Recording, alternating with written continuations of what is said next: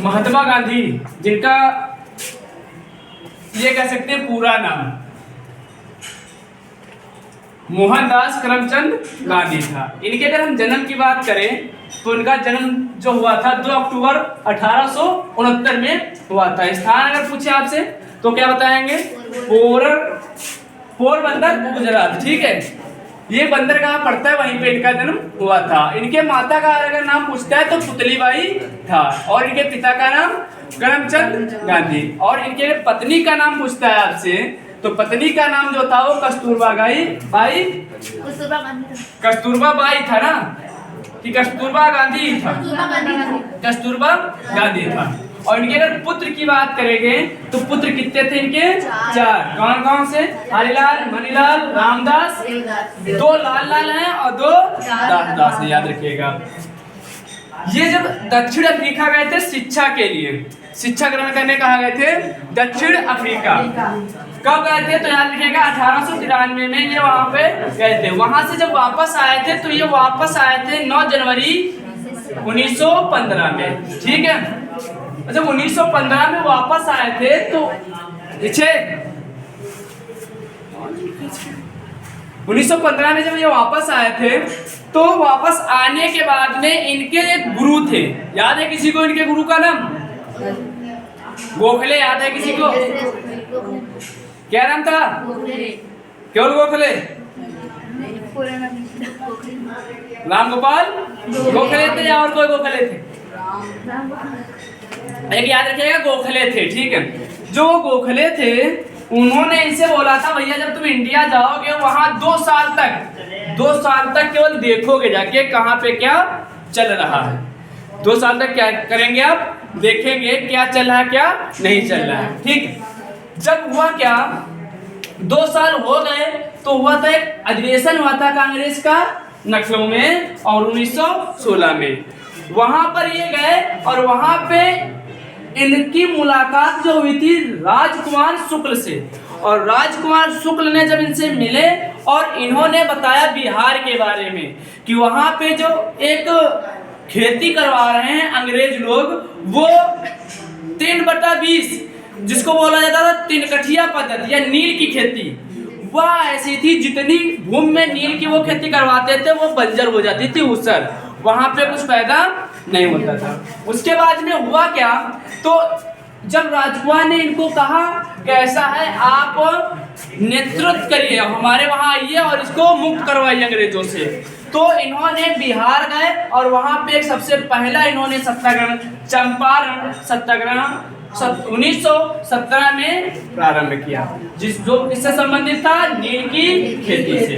दूसरा इनका बहुत महत्वपूर्ण है खेड़ा सत्याग्रह, जो हुआ था 1918 में, और ये कहां से संबंधित है? तो गुजरात के खेड़ा जिला से।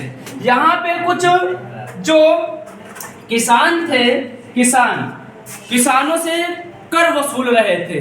ठीक है, कर मतलब भूमि में कुछ हो तब भी कर दो, अगर हो रहा है तब भी कर दो। इसी वजह से इन्होंने यहाँ भी एंट्री मारी और ठीक ठाक कर दिया। इसके बाद में अहमदाबाद मिल मजदूर आंदोलन आता है, और ये आता है आपका 1918 में। ये जब 1918 में आपका आता है, यहाँ पे हुआ क्या था, एक बीमारी चली थी 1917 में, एक बीमारी चली थी 1917 में, प्लेग, बहुत खतरनाक, जैसे कोरोना चला ना अभी इधर कोरोना, ऐसे प्लेग भी बीमारी उस समय बहुत खतरनाक चली थी। तो उससे क्या हुआ था, लोग बीमार हुए और मिल में लोग काम करना बंद कर दिया। हुआ क्या, जो वो अंग्रेजी कंपनी थी मिल, वो बोनस नहीं दे रहा था लोगों को, तो ये बोनस से संबंधित लड़ाई थी। कौन? अहमदाबाद मिल मजदूर आंदोलन। और ये कहाँ, अहमदाबाद कहाँ है?